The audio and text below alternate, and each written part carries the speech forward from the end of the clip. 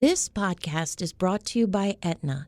Learn how Aetna is working to build a healthier world by visiting aetnastory.com. Dora, have you given any thought as to how you want to bring in 2020? I can't believe it's so close that the year's coming to an end and we're coming into a new year. Yes, we're hosting, in partnership with the Gasparilla Inn, a wellness experience on January 27th in Boca Grande, Florida. What's going to happen down there? We're going to be doing cooking demonstrations. We're going to be walking on the beach. We're going to be doing yoga every morning. We're going to be learning from world-class teachers on how to take better care of ourselves. I mean, it's just going to be amazing. So go to our website, bbrconsulting.us, to learn more and to sign up. And we look forward to seeing you on January 27th. Can't wait to see you all there. People are yearning for information. Having the opportunity to encourage people and to educate people and inspire people. It's amazing to be able to say we'll carve out time to take care of ourselves. There's something for everyone.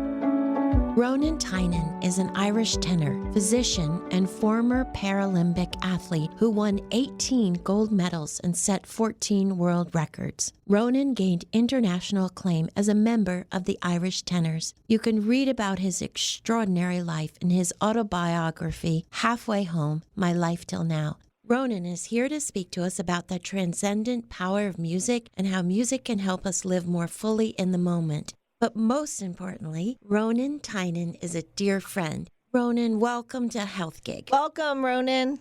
Thanks, Doro. It's great to hear your voice. Tricia, nice to hear you too. It's hard to believe I'm 3,000 miles away and it is pouring rain, miserably cold. But you know what? We're here. We're in the moment. That's right. We're right here, right now. You've led an extraordinary life. How did all this happen? Tell us your story. Well, in the simplest way that I can explain this to you, I was very blessed to be born to two people that were very different. My mother was a woman before her time, directed, focused. I often say that there are no adjectives that could really describe her because she was an amazing person in my life. She had so many, I suppose, dreams for me that she instilled in me a tremendous positivity that nothing was impossible. The other person in my life, my father, he was extraordinary in so many different ways because he was unusual for an Irish father. He was affectionate, warm, and nothing was impossible. And whatever goal or dream or aspiration I had, go for it. Always do it. And he rejoiced in every single thing I did. So in many respects, my start was very powerful. If you were thinking about the foundation of a building or a house, I had the most fantastic, solid foundation starting off. I was born with a physical disability. It was called bilateral phocomelia. Basically, it required that I would wear prosthetics most of my life, but I was fairly wild, and at the age of 20, I was riding motorbikes and had a very bad motorbike accident, which ultimately caused me to have a bilateral amputation. So from 20 on, I was what they would call a bilateral amputee below the knee. How did you cope with that? As my sister often said, Fiona, she said, God help anyone who tried to put a bridle on this fella and hold him back. I was in many ways wild and full of life prior to that, and nothing was difficult or no task too difficult to overcome. When the decision came to actually having both my limbs amputated, that was a moment where it's a real wake-up call in many ways. The operation couldn't be done in Ireland, so I had to have it done in England, which again kind of compounded things because I didn't have my friends and my family around me. And Fiona flew over to see me after 3 weeks. Mom and Dad were there for after the amputation. This is when you see the strength of someone's conviction and their love for you. My father was totally accepting of the fact that this was the only outcome that would be the best for me. My mum, she found it hard to come to terms with the fact that there was the possibility that I wouldn't be as ambulatory as I was, and that she felt maybe her goals and her dreams wouldn't be achieved for me. Whereas he was tremendous. To the point of, even in the hospital, it's amazing what you remember in a room where Mum sat in a corner looking across at me whereas Dad was sitting on the bed with me. Oh. And the two of them were tremendous. I have love for both of them, but I saw the strength of him there and then, that irrespective of what was going to happen, his love for me was powerful to the point of he didn't care if I didn't walk the same way as they had seen me before. Whereas Mom had to get to that point of understanding that this was the right approach. And she did. I never really talked to her about it because I felt it might be a little too difficult for her to revisit. But with them, I said, was Mom okay? And he said, she wants everything perfect. And sometimes the picture is not what it seems. But he said she had to understand that the outcome was going to be 100% fine. But it took a bit of time. Was it your disability that inspired you to become a physician? Dora, this you'll find a little bit peculiar or strange. But when I was about 6 or 7 years of age, at the back of our house, we had a thing called a haggard. It was like where cows and calves would be held when they were born. And I used to often be in awe of what nature did. And I'd often sit out there. And there was a little rock out there at the back. And I remember one time I sat there and it was like an epiphany. I had this feeling that someday I will be a doctor. Someday I will be a sportsman. And someday I will be a singer. Wow. Don't ask me why. But that was something that was very clear in my head. I will achieve this. As time went on, I realized that medicine has such an impact in people's lives, that the greatest gift a man or woman has is the gift of giving in many different ways. To be able to gift healing is huge. But what I've grown to understand is the gift of music is the exact same. To be able to sing can give people that privacy of moment when they're listening to you, that they bring back beautiful memories or sad memories, but they bring back memories that they don't have to share with anyone. And that's the beauty about this, that it's a private moment, it's a nostalgic moment. And that's, I feel, music has that strength that possibly medicine, the art of healing and being able to do a lot of different things, that you have a higher power when you're able to give somebody the privilege of allowing them to think back on somebody who's not with them. But that song, that moment, gives them permission to rekindle their fondness and their love and allow them grief and allow them cry. Right. Because sometimes it's a catharsis. That's what music is. It's a catharsis. Right. I've always said that to people, that sometimes grown men are kind of feel sometimes it's not right for them to cry or be emotional. But you know what? That's something that a lot of people need, to have that privilege, that in that moment it opens them up and makes them vulnerable. Vulnerability in a person is a good thing because it gives you a freedom. It allows you to suddenly open up that channel that you had blocked. And sometimes music can do that unbeknown to yourself. Ronan was a great friend of my dad's. And Ronan, do you remember Chris Buckley said about Dad he had the tear ducts of a Sicilian grandmother? Oh, my God. Yes, I do. Dora, I loved your dad. I loved him so much. And I don't know if you're aware of this. About 2005, they had a program in Belfast, and it was called This Is Your Life. The guy who did it was a guy called Jerry Kelly. They did it about me. And usually when they do this, they bring people in that you have met years ago, and they put on television all the different things that you've achieved, be it in music, sport, or even academia. And they have family members that you wouldn't have seen for ages. And then they do video broadcast of people that you're close to, but you would not in any way have had any idea that those people would come forward for you. Your dad was one of those people. I knew nothing about it, and it was broadcast live. He said some of the most beautiful, but the most touching thing he said, I look at Ronan as another son. Oh. And I never forgot him for that. The kindness and the generosity and the love that man could give somebody, it's not tangible because it's something so great. If somebody has that ability to touch somebody in that way, that's something you will never forget. That's something that is dear to me for the rest of my life. And you mean a lot to me. And the family means a lot to me. And I'm so humbled and honored to know you. And your mom, oh my God, she was a riot. I loved her. And she was terrific. But, he kept in touch with me, Dora. We have a lot of letters. And some of the most trying times that I had, he wrote some of the most fantastic things and talked to me. When I needed somebody that I knew I could trust implicitly, I could say anything to, and that his advice would be 1,000% right.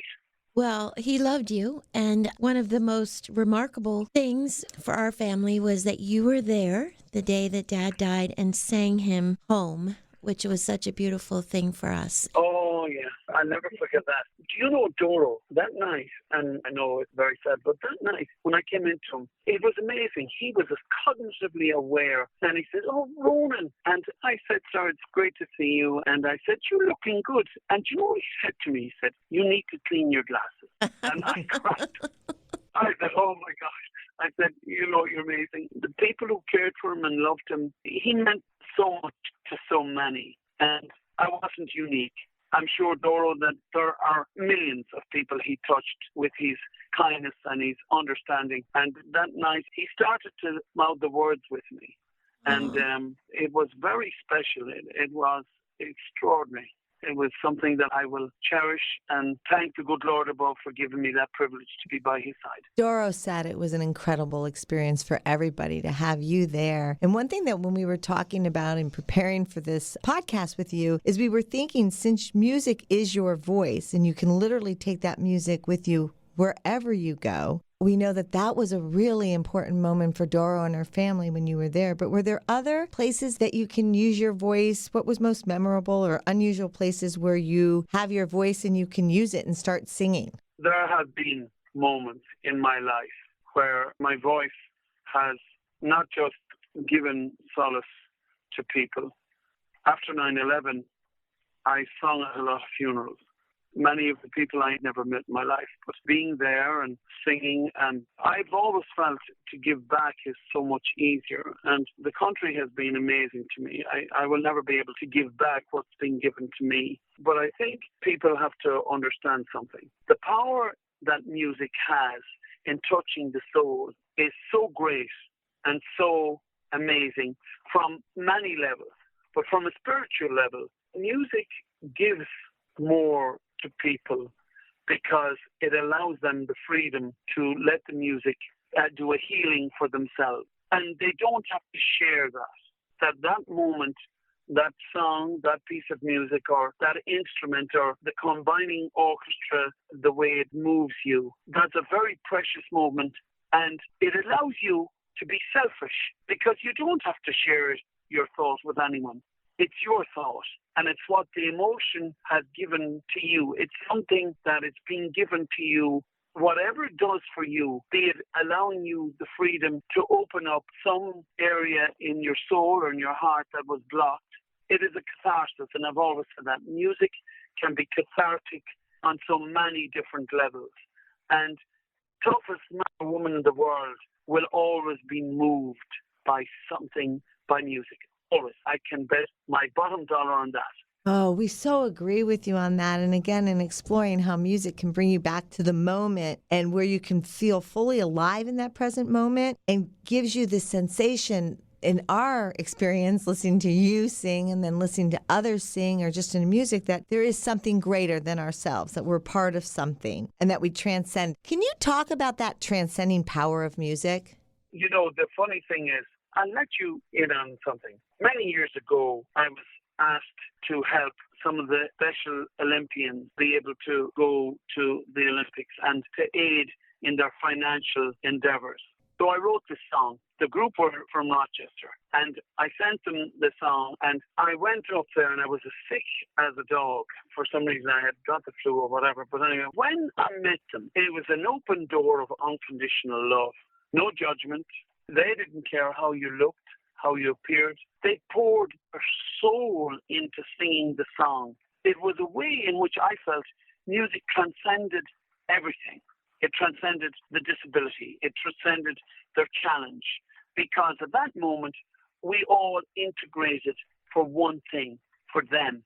They, in turn, used that moment of song that they felt completely free. that's when it can transcend all the difficulties that are very apparent in a visual sense. But when you close your eyes and you listen to people singing, it suddenly takes a totally different way of moving. And no one knew that the 30 kids that were singing at that moment were challenged because they had poured their soul into it. And when you listened, you realized we're all in this together. Yes. We've all come together and we've become one nucleus. That's something that I feel is amazing. That's when you feel music transcend every barrier. The other one is when I did a performance for the Air Force in Bethesda. The colonel asked me, he said, you pick the music and we'll agree or disagree. And I remember I loved Over the Rainbow, but didn't think it was a song that was, right for me, considering Judy Garland had sung it, and the only man I'd ever heard singing it was Mandy Patinkin. However, I submitted the song and they accepted it. And at that time, they were honoring 5 colonels who had fought in the Vietnam War. There was a little colonel that came up to me and said, Ronan, you're singing my song. I said, sir, it's a great honor. And he said, I want to tell you why I picked that song. He said, when I was given my enlistment and my troop to bring us together, I felt we needed something to bond us. And that was to sing together. They all learned Over the Rainbow. Once again, this was where music was bringing people together. Unknown people who were put in a unit and suddenly by song became each other's brother.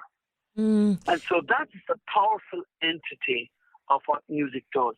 Music has the power to heal divisions that separate us. Yes, absolutely. It has the power to heal divisions. Yes. The problem is sometimes we can be obstructive unbeknownst to ourselves.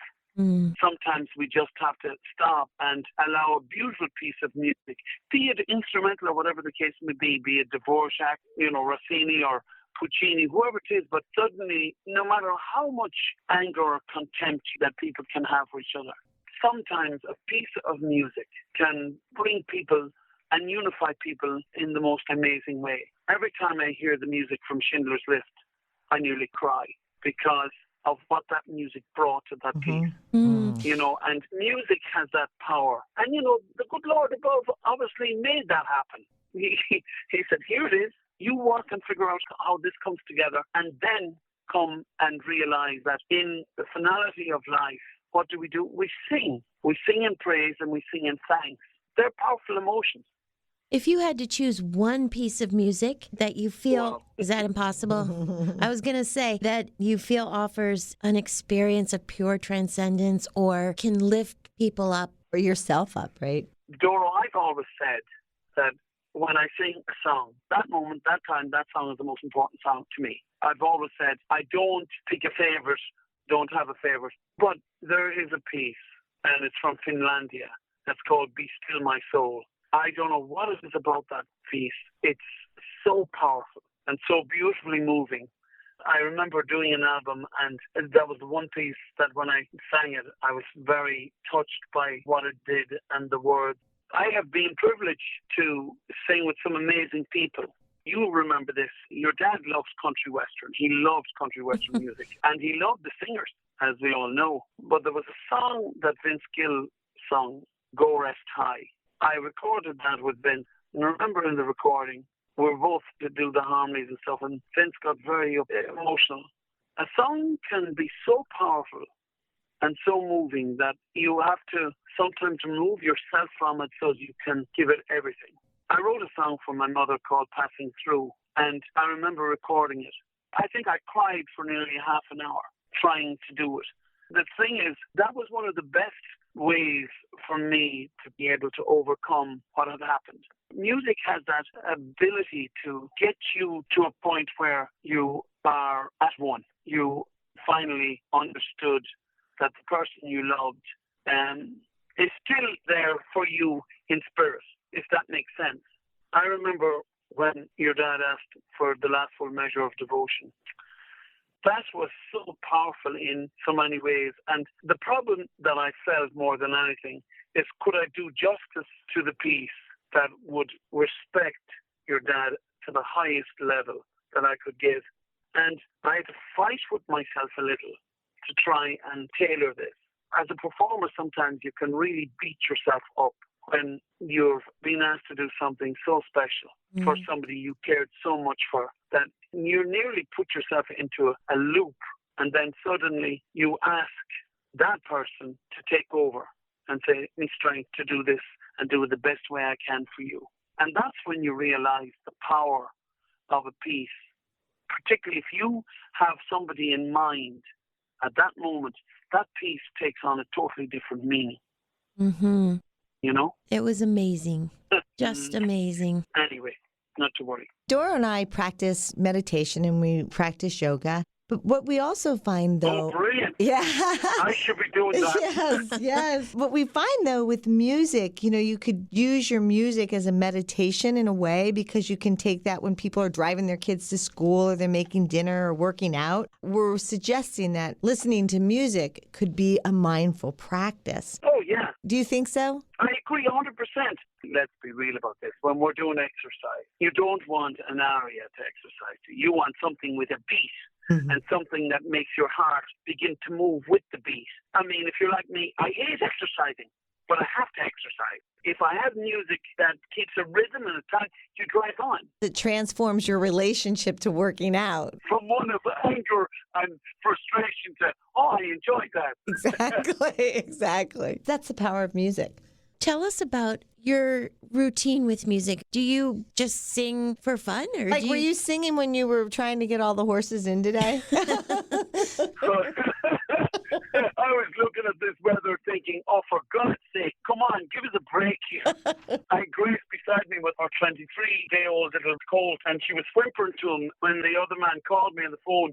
She was whimpering like mad, trying to keep him with her. And nature is so fantastic. That bond is incredible. The mothers just have such a powerful bond to the foals that if the foal sense any danger, locks into the mother. The mother's very vigilant, looking over and whimpering to him, saying, "Don't worry, I have your back." And he's locked in right to the side. It's the most amazing thing. When you're in a rush or you're trying to get them out of a bad day, your song is not one of hallelujah. It's hallelujah when you get them there. Right.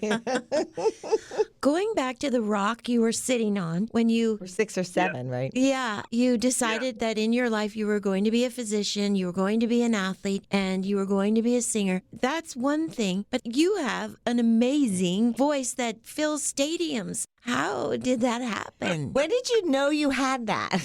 The funny thing, Dora, my father had a beautiful voice. I was a farmer's son. Irrespective of my disposition, I was not treated any different to my siblings. I milked cows and I worked with my father, and we were very close. My dad used to sing, as he used to say to me, "Sing to the girls and they'll be happy." And he used to sing to the cows. So when we were working together, we started singing. And it was there that he'd say to me, "Sing sweetly." And my father never learned a full song, Doro. And he'd make up words, and we'd laugh and sing together. And he fostered a love of music in me, but not an educated love. A passion to listen to others and then to sing their songs and have fun with it. I remember, my mother was not too keen on the fact that I was looking at singing as a possible career. She felt singing was an avocation and that medicine was a vocation, and that Mom was very down to earth and felt to be a singer and to be in music, that's lovely as a pastime, but leave it as a pastime. It shouldn't take precedence over the fact that you spent many years of getting educated and becoming a doctor, and that was more important. Whereas my dad, I remember he said, "Don't mind her." And I said, "And you won't say that to her." He said, "Good Lord, no." He says, "I need peace." It sounded like your dad really listened to you. And then when you were walking and singing together, you were listening to each other. And that is a quality of music, right? That we actually listen so we hear. And as you said, it actually makes us feel things in that moment. Absolutely. Absolutely. Listening gives respect to the singer. If someone is singing, you don't want other people talking, you want to hear them. I learned that very early on. When Dad would sing, I never talked. But if we sung together, we'd laugh together. There's so many things that unify, that music unifies. It unifies relationships. It crosses every boundary. It brings people together. It makes people happy. It gives sadness, but in a good way. In a good way. And it cleanses your soul. Well, speaking of soul, Ronan, you are a gentle soul with a powerful gift that helps people heal. And we're just so delighted to have spoken to you today. You know I love you. Let's stay. I do, and I love you too, and you know that. I know that. And so let's stay in touch. And thank you so much. And good luck with the mares and the foals. Thank you, Ronan. I will. The next filly that's born, I'm going to call her Doro. Oh, goody. Take a picture and send it. I promise you, and I'm sure she'll be absolutely stunning. Thank you for joining us on Health Gig. We loved having you with us. We hope you'll tune in again next week. In the meantime, be sure to like and subscribe to this podcast and follow us on healthgigpod.com. I'm Trisha. And I'm Doro. Be well.